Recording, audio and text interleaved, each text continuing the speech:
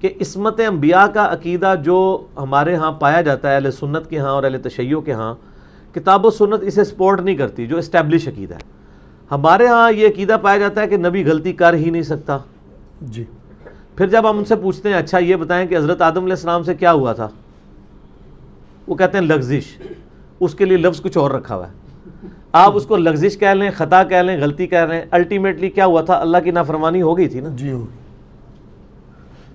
اچھا یہ بتائیے کہ حضرت نوح علیہ السلام کے بارے میں قرآن میں آتا ہے کہ انہوں نے اپنے کافر بیٹے کے لیے دعائے مغفرت کی تھی، تو اللہ نے کتنے سخت لفظ استعمال کیے، نوح جاہلوں میں سے نہ ہو۔ تو یہ حضرت نوح سے کیا ہوا تھا؟ غلطی ہوئی۔ اچھا جی، پھر حضرت موسیٰ علیہ السلام سے ایک بندہ جب قتل ہو گیا تھا، وہ کیا ہوا تھا؟ وہ بھی غلطی۔ پھر نبی علیہ السلام کے بارے میں جو آتا ہے کہ آپ کی منہ سے بددعا نکل گئی تھی غزوہ احد کے موقع پر، اور قرآن میں آیا نبی آپ کو کوئی اختیار نہیں ہے کسی شے کا، آپ نے یہ بات جو کی ہے۔ صحیح مسلم میں آتا ہے نا جب آپ کے 4 جان شہید ہوئے تو آپ نے کہا اس قوم کو کیسے ہدایت ملے گی جنہوں نے اپنے نبی کو زخمی کر دیا، تو انہوں نے اللہ تعالیٰ نے فرمایا تمہارا کوئی اختیار نہیں ہے۔ اور پھر اسی خالد ابن ولید کو جس کی وجہ سے دان شہید ہوئے، اسلام کی دولت بھی ملی اور اسی مبارک زبان سے سیف اللہ کا لقب بھی ملا۔ بے شک اللہ کا اختیار ہے۔ اس طرح نبی علیہ السلام نے جو منافقین کے بہانوں کو قبول کر لیا، سورہ توبہ میں اللہ تعالیٰ نے فرمایا نبی اللہ آپ کو معاف کرے، آپ نے ان کو کیوں جانے دیا؟ نبی غلطی کر سکتا ہے، لغزش کر سکتا ہے، گناہ والا معاملہ نہیں ہوتا۔ ٹھیک ہے، تو عصمت انبیاء کا عقیدہ قطعاً یہ نہیں ہے کہ نبی کو معاذ اللہ ربورٹ ہے اور وہ کوئی غلط کام نہیں کرے گا، نہیں، غلط کام اگر اس سے ہو جائے اللہ تعالیٰ اس کی اصلاح فرما دے گا۔ لیکن نبی کے بعد اگر کسی سے غلط کام ہوگا اس کی اصلاح نہیں ہوگی، وہ اجماع امت نے حفاظت کرنی ہوگی یا کتاب و سنت کی روشنی میں آپ کو بتانا ہوگا، چاہے وہ خلیفہ راشدی کیوں نہ ہو۔ آپ دیکھیں نا حضرت عمر نے اپنے دور میں حج تمتع پہ بندی لگائی ہے تو باقی صاحب نے مخالفت کی ہے، صحیح مسلم کھول کے دیکھیں، غلطی تو ہوئی نا ان سے۔ خود ان کا اپنا بیٹا کہتا ہے، جامعہ ترمذی میں آیا کہ ان کا بیٹا آ کے حضرت عبداللہ بن عمر سے پوچھتا ہے کہ بتائیں حج تمتع کرنا جائز ہے؟ تو انہوں نے کہا یہ تو سنت ہے، تو جائز پوچھ رہا ہے؟ تو ان کے آپ کے ابا جی تو منع کرتے تھے۔ انہوں نے کہا بتاؤ اگر کسی چیز کو نبی علیہ السلام خود کریں اور حکم دیں اور میرا باپ کچھ اور کام کرے تو میرے نبی کی بات مانی جائے گی یا میرے باپ کی؟ تو انہوں نے کہا نبی علیہ السلام کی۔ تو انہوں نے کہا نبی علیہ السلام نے حج تمتع کیا، تمتع اس فارم میں کہ آپ نے حج اور عمرے کو جمع کیا، چاہے وہ قران کی شکل میں ہو چاہے تمتع کی شکل میں، ایک سفر میں دونوں کو جمع کیا۔ اور بخاری مسلم میں الفاظ آپ نے فرمایا قیامت تک کے لیے عمرہ حج میں داخل ہو گیا، کیونکہ مشرکین عرب حج کے دنوں میں عمرہ کرنے کو برا سمجھتے تھے، نبی علیہ السلام نے اس رسم کو توڑا۔ ٹھیک ہے، تو اور وہ قیامت تک کے لیے آج بھی 99% مسلمان حج تمتع کرتے ہیں، حج افراد تو بہت تھوڑے لوگ کرتے ہیں، وہاں کے رہنے والے لوگ ہی کرتے ہیں۔ تو اللہ تعالیٰ نبیوں کے ذریعے چیزوں کو اسٹیبلش فرماتا ہے، اور اگر انبیاء سے کسی معاملے میں لغزش ہو جائے تو اللہ تعالیٰ اس لغزش کو یعنی اس کی ریمیڈی فرما دیتا ہے۔ لیکن نبی کے علاوہ کسی اور شخص کی ریمیڈی اللہ نے نہیں کرنی ہے، وہ اجماع امت کرے گا اور آپ علمی اختلاف کے ذریعے کریں گے۔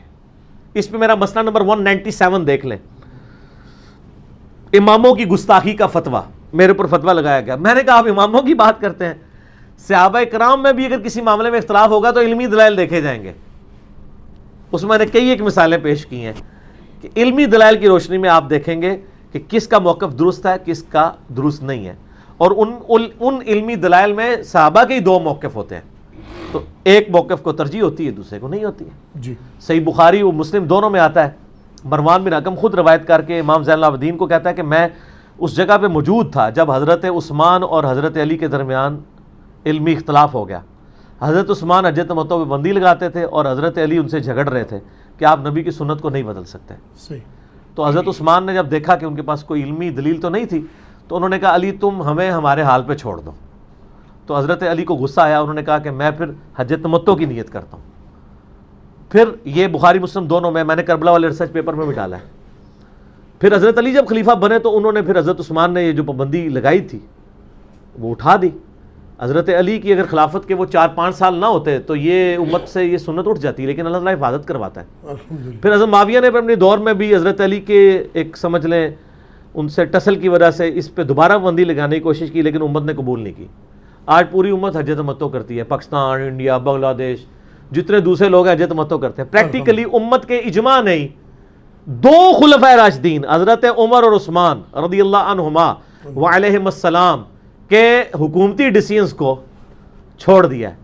تو یہ ہے جو اجماع امت کی حفاظت کرتا ہے. جو نبی علیہ السلام میں میری امت کبھی گمراہی پہ جمع نہیں ہوگی. اجماع امت اتنی بڑی دولت ہے کہ خلیفہ راشد بھی اگر کوئی غلط ڈیسیژن کرے تو اجماع اس ڈیسیژن کو چینج کر دے گا. اجماع جو ہے اس امت کی حفاظت میں کھڑا ہوا ہے. ٹھیک ہو گیا. یہ المستدل الحاکم میں صحیح سند کے ساتھ ہے 399 نمبر حدیث کے. نبی علیہ السلام فرمایا کہ جماعت پہ اللہ کا ہاتھ ہے, میری امت کبھی بھی گمراہی پہ جمع نہیں ہوگی.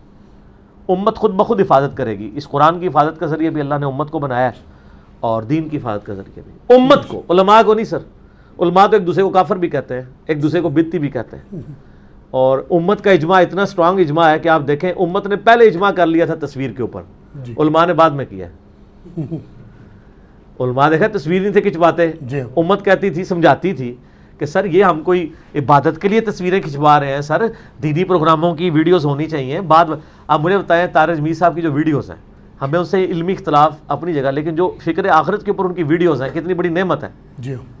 8 سے 100 سال کے بعد اگر کوئی انسان آتا ہے, ٹھیک ہے, تو آپ اس دور میں کوئی ان کے پیرلل میں بندہ نہیں دکھا سک رہے جو فکر آخرت میں اتنا پیارے انداز میں بولتا ہو. صحیح. تو آپ آنے والے 100 سال کے بعد آنے والے مسلمان کو ان کی اس تعلیمات سے محروم کرنا چاہتے ہیں. بالکل ٹھیک. اگر ان کی ویڈیوز ریکارڈ نہ ہوتی اور وہ ریجڈ رہتے اسی طریقے سے جس طرح رائے ونڈ والے ہیں, جی, تو آج پبلکلی ان کی چیزیں تو سامنے نہ آتی. تو وقت کے ساتھ انسان لرن کرتا ہے. لیکن علماء عرب نے 70s میں ہی فتویٰ دے دیا تھا کہ یہ تصویر وہ ہے ہی نہیں ہے, یہ تو عکس ہے, یہ تو مرر والا ہے. نبی علیہ السلام بھی تو شیشہ دیکھتے تھے, کنگھی کرتے تھے, وہ سٹل تو نہیں ہوتا تھا, اور وہ عکس ہوتا تھا اسی بندے کا. تو یہ بگاڑ والا معاملہ نہیں ہے, تعظیم والا معاملہ نہیں ہے.